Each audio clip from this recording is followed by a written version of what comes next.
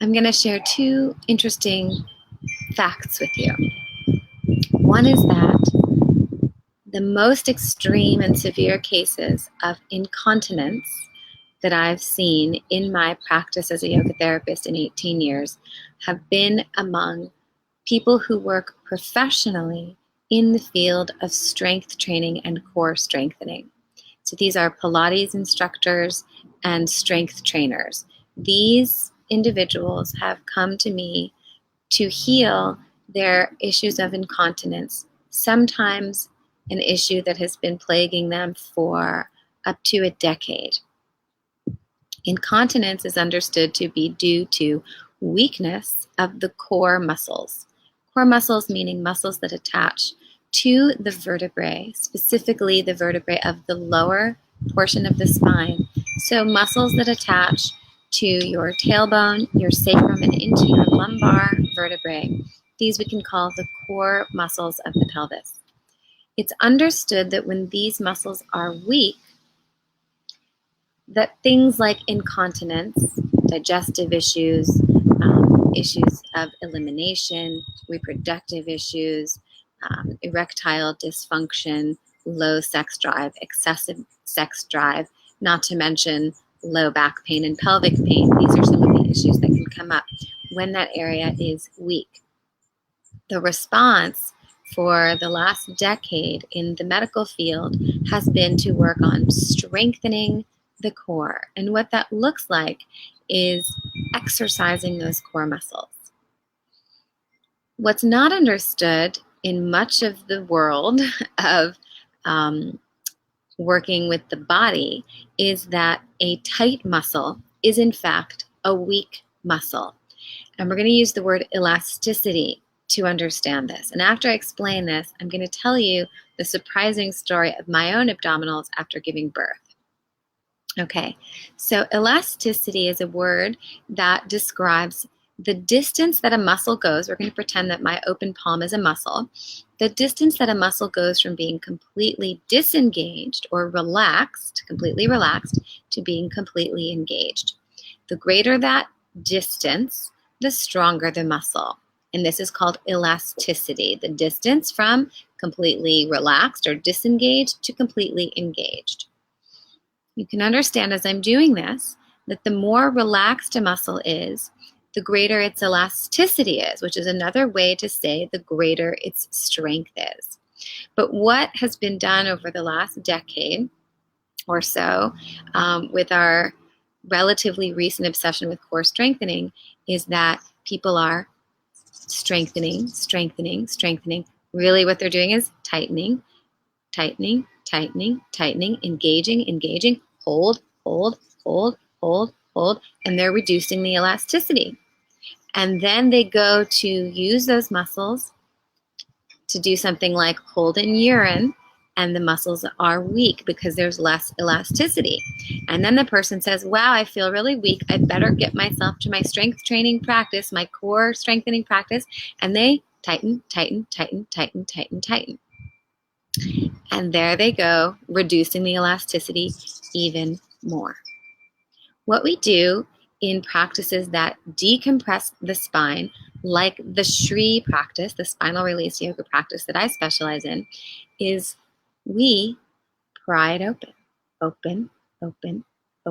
Now what happens is because the pattern of tension is so strong, often those muscles grab back a little bit.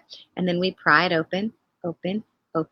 Doesn't really feel like we're prying it open because the approach is seemingly very gentle, very comfortable, in fact, very blissful. So let's say we massage it open from the inside, open, until the elasticity is increased, and amazingly, surprisingly, then those muscles are available. They're stronger. A long muscle is a strong muscle.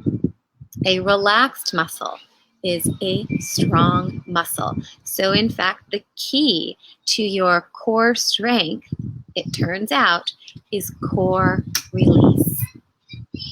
And the problem of core weakness is an excessive amount of core engagement, core strengthening. We've really done a disservice to women in particular who have been fed the wrong idea that they need to hold on to their abdominal organs.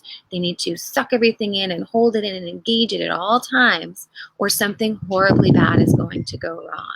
It's just one more layer on top of a highly stressed based perspective that women have about their bodies, not only about how they look, how they appear to others, but now having to constantly be worried about engaging the core and losing core strength and getting weaker and having problems that might come from weakness.